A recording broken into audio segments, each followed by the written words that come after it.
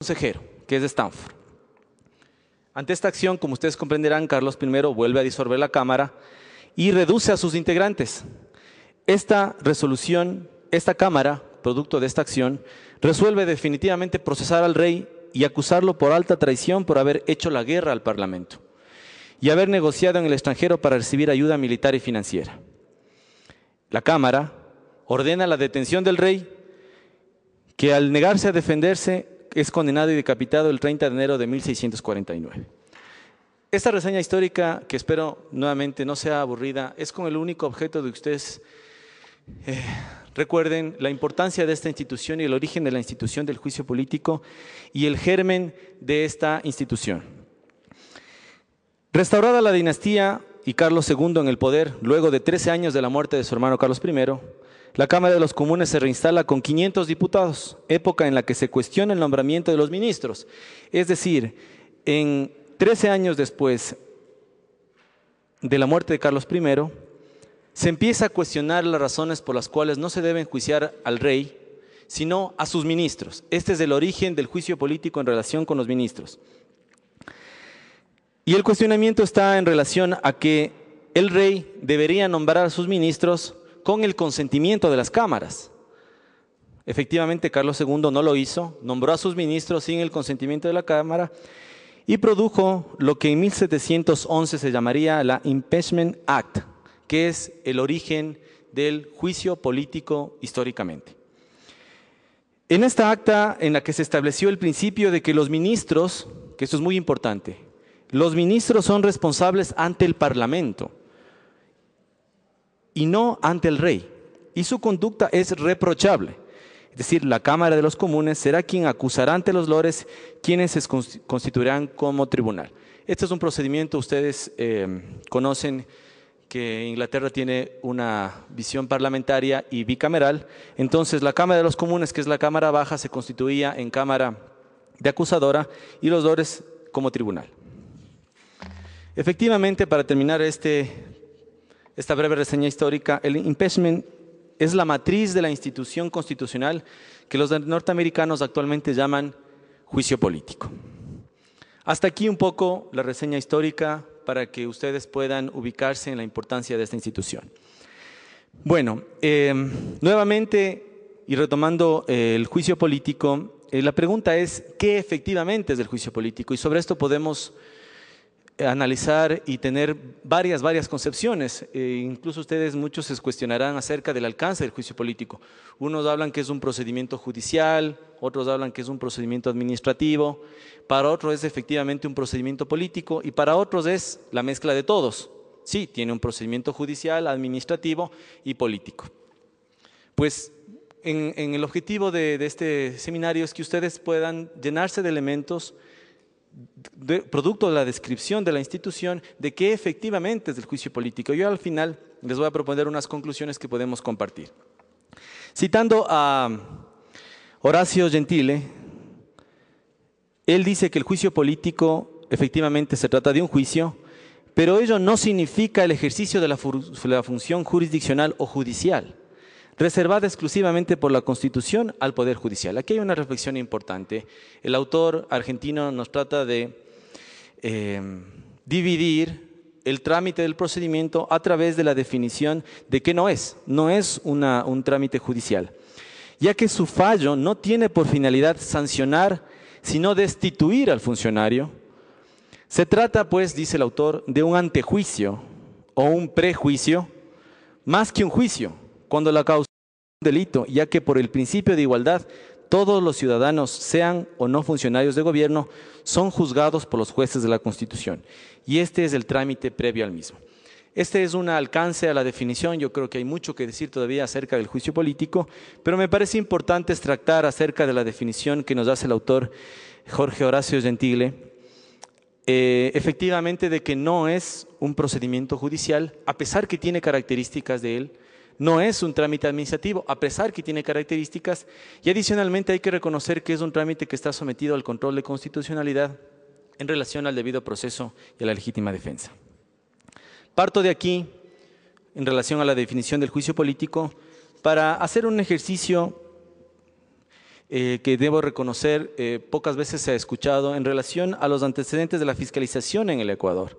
Para ello me he permitido hacer una revisión de las constituciones desde 1830 y quiero recoger algunas reflexiones supremamente interesantes de por qué está el Ecuador en este momento en un proceso de fiscalización de las características que ustedes conocen y que me voy a permitir al final hacer una descripción lo más breve posible. Pero no es coincidencia, la institución del juicio político es una institución muy antigua y ustedes en la revisión de las constituciones van a encontrar elementos incluso de lo que acabo de referir en la historia del trámite del juicio en el procedimiento inglés. El modelo de fiscalización vigente en el Ecuador desde 1830 es alternado en función del modelo parlamentario adoptado, es decir, bicameral o unicameral. Hay que reconocer que la primera constitución del Ecuador de 1830 apostó por la unicameralidad, pero nuestra tradición constitucional reconoce 13 parlamentos bicamerales y 6 unicamerales, lo que evidencia un proceso de fiscalización en el caso bicameral que tiene como referente el procedimiento americano que describiremos en esta ponencia. Esto es muy importante que ustedes, como estudiantes parlamentarios, reconozcan que la tradición ecuatoriana ha sido bicameral. Hemos tenido 13 constituciones bicamerales, que revisando el archivo de la Asamblea Nacional, pues la tengo aquí claramente descrita. Y como anécdota les cuento que revisando nos dimos cuenta con el ingeniero Polit, que es el director de la biblioteca, de que en el Ecuador efectivamente han estado vigentes 19 constituciones y no 20. La Constitución de 1938 no llegó nunca a regirse. Es un tema de discusión y les dejo como duda académica a los que les gusta ser minuciosos en la investigación, que siempre hemos pensado que existen 138. Efectivamente son 20 constituciones que el Ecuador ha tenido, pero la Constitución de 1938 nunca entró a regir. Por lo tanto, son 19 constituciones que han regido el Ecuador desde 1830. Esta reflexión es importante porque, bueno, ustedes que son mucho más jóvenes que yo, recordarán que la visión del Ecuador desde 1979 y de pronto mucho antes para muchos de ustedes es que el Ecuador siempre fue unicameral. Pues no es así. El Ecuador tiene una tradición bicameral y les acabo de mostrar, tenemos 13 constituciones bicamerales que demuestran una intención de no solamente cambiar el proceso de formación de la ley, porque la propuesta bicameral tiene efectivamente ese objetivo, sino también que el proceso de fiscalización tenga en las dos cámaras una constitución normativa y política que a continuación voy a pasar a describir. Bien, la fiscalización bicameral y unicameral. Actores y sujetos. En el esquema bicameral se reconoce claramente los siguientes actores, esto es exclusivamente dentro de la tradición ecuatoriana. Los siguientes actores: la Cámara de Diputados, que después se llamará Cámara de Representantes, luego se llamará Congreso, el Senado y las cámaras, que era la reunión de la Cámara de los Representantes más el Senado. Efectivamente, la Cámara de los Diputados, dentro de la concepción ecuatoriana, acusa. La Cámara de los Diputados es la Cámara que acusa, el Senado conoce la acusación y las cámaras reunidas lo resuelven.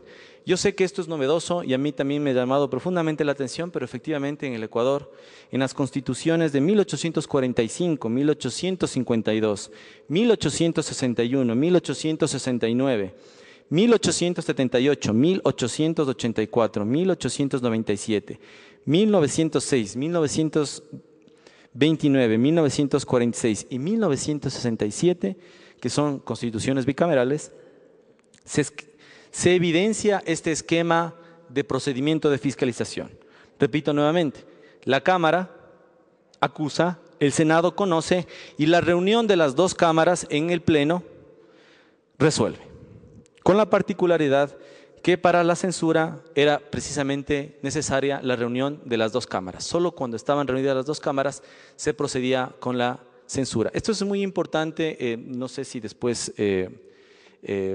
las importantes expositoras nos podrán comentar brevemente cómo es el proceso en España, pero el sentido es que alguien, como el procedimiento penal actual, alguien hace de fiscal, acusa, alguien conoce y luego resuelve. Básicamente era el procedimiento que estaba vigente.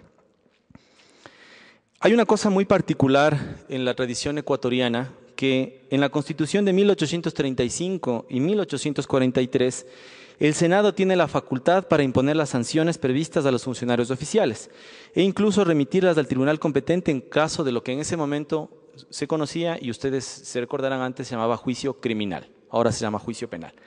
Entonces, en 1835 y 1843 sucedía una cosa muy particular, que no había este sentido en que la Cámara acusaba y el Senado escuchaba y la reunión de las cámaras resolvía, sino el Senado era el que tenía la facultad de imponer. Efectivamente, la Cámara o la Cámara de Representantes, el Congreso, acusaba, pero era el Senado quien sancionaba e imponía las multas. En toda la legislación ecuatoriana de 1830 hay una particularidad. Y es fácilmente comprobable que una vez desarrollado el proceso de juicio político, si se encontraban razones suficientes para encausar al presidente, vicepresidente o a los ministros, y vamos a ver más adelante los sujetos, se debería remitir a un tribunal para iniciar un procedimiento. Esta es la única característica, como vamos a ver más adelante, la única característica que permanece vigente en todas las constituciones ecuatorianas desde 1830. Repito, el momento en que un funcionario, presidente, vicepresidente o ministro, es sancionado, se puede remitir al tribunal competente para que inicie el juicio penal. Entonces, con esta característica podemos llegar a una primera conclusión dentro del análisis histórico del Ecuador, que efectivamente el procedimiento no es un procedimiento, el juicio político no es un trámite judicial, no es un procedimiento judicial, porque la propia Cámara, Asamblea, Senado o Pleno, como ustedes quieran llamarlo, remite sus conclusiones para que el juez, tribunal, corte, realice el trámite judicial de acuerdo con las normas vigentes. Es decir, hay una remisión, hay un traslado, una aceptación expresa de que el procedimiento judicial, el juicio político no es un procedimiento judicial. Esa es una primera conclusión que yo me permito hacer, salvo el mejor criterio de ustedes. Desde 1830, los sujetos de juicio político son, en principio, el presidente y el vicepresidente de la República. Esto es algo muy importante, es decir, los orígenes de la República Ecuatoriana traen consigo simplemente dos actores importantes que son sujetos de juicio político. En 1830, el presidente y el vicepresidente, es decir, no había ningún otro funcionario público que estaba